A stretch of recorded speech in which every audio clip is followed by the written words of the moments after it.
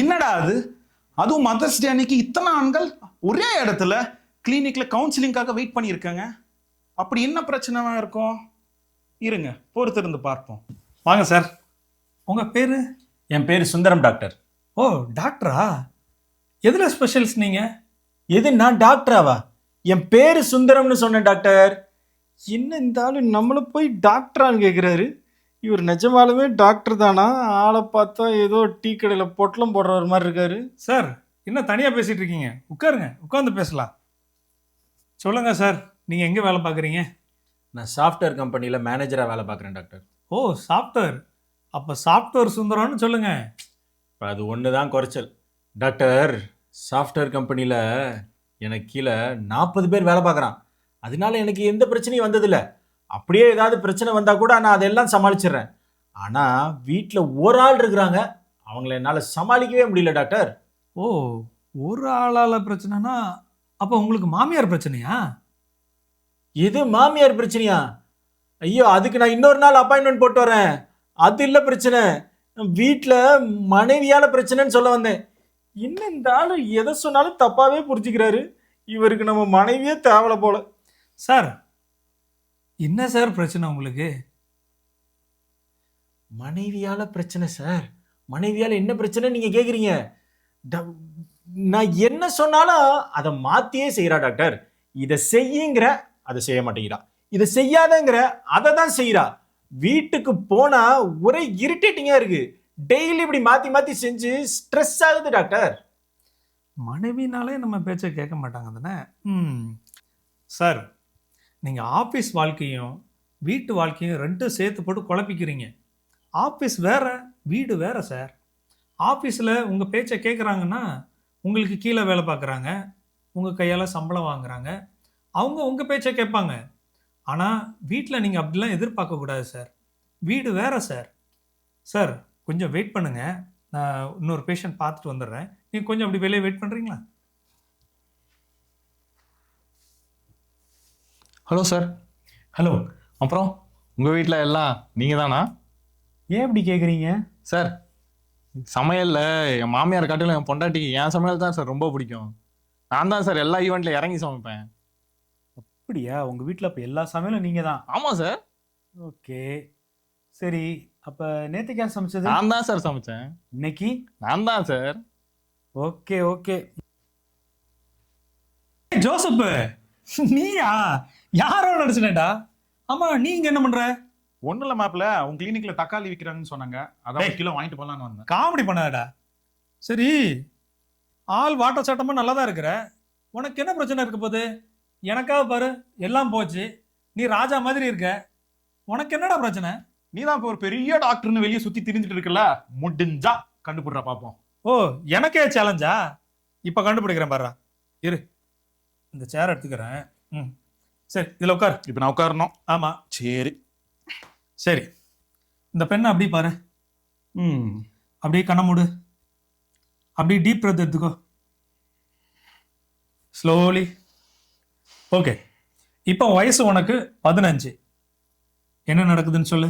டேய், நான் தான் பேட்டிங் ஆடுவேன், நான் தான் முதல்ல போலிங் போடுவேன், யாருக்குமே கொடுக்க மாட்டேன்டா. சரி சரி சரி சரி சரி, இப்போ வரைக்கும் இப்படிதான் இருக்கிறான். சரி, இப்போ உனக்கு வயசு 20. இப்போ என்ன நடக்கு சொல்லு. அன்னைக்கு அவசர அவசரமா 10,000 வேணும் கால் பண்ணேன், நான் கொடுத்தேன். ஆனா நீ இது வரைக்கும் அத இரா மறந்துடுறா. இன்னும் ஞாபகம் வச்சிருக்கான். நம்ம அடிப்படையிலே கை வைக்கிறான். சரி, இப்போ வயசு உனக்கு 25. என்னடா இப்படி கொலையிற? அவளும் நானும், அவ இல்லாம நான் இல்லடா. அவளை பிரிஞ்சு ஒரு நிமிஷம் கூட என்னால இருக்க முடியாதுடா. ஓ, காதல் மயக்கத்துல இருக்கான் போல. இப்பதான் கல்யாணம் ஆயிருக்கும்னு நினைக்கிறேன். சரி, ஓகே. இப்போ உனக்கு வயசு 30. சொல்லு.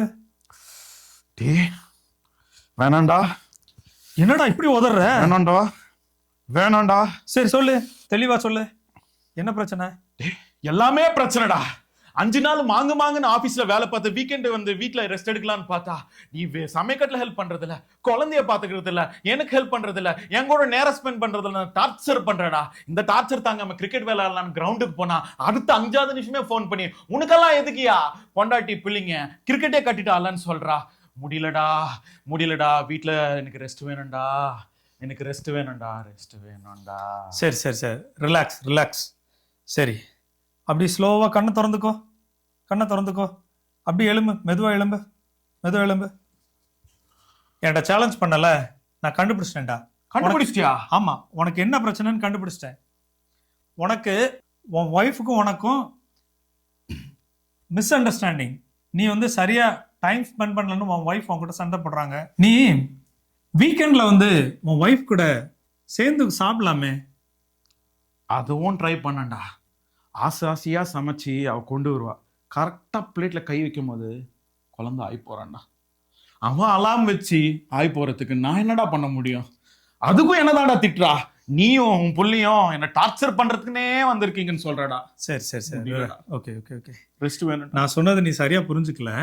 சரி, நீ கொஞ்சம் வெயிட் பண்ணு, நான் எல்லாருக்கும் சேர்த்து மொத்தமா பேசிடுறேன். ஜி, நான்லாம் என் பொண்டாட்டிக்கு ஃபுல் டைம் ஸ்பெண்ட் பண்றேன் ஜி. நான் காஸ்கோ போனா 2 பொருள் வாங்குறதுக்கு 2 மணி நேரம் சுத்துறா அவ.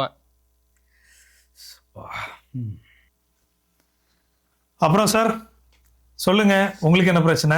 இருங்க டாக்டர், எதா இருந்தாலும் என் பொண்டாட்டி கேட்டுதான் சொல்லுவேன் நானு. அடேங்கப்பா, இது பெரிய கேஸ் எல்லாம் இருக்கு. ஓகே, அடுத்த யாருன்னு பார்க்கலாம். வாங்க சார். டாக்டர் டாக்டர் டாக்டர் எனக்கு ஒரே பிரச்சனை டாக்டர், எனக்கு ஒரே பிரச்சனை. Calm down calm down. முதல்ல நீங்க யாரு என்னன்னு பொறுமையா சொல்லுங்க. நான் யாருன்னு உங்களுக்கு தெரியாது? நான் யாருன்னு உங்களுக்கு தெரியாதா என்ன? உங்களுக்கு தெரியுமா?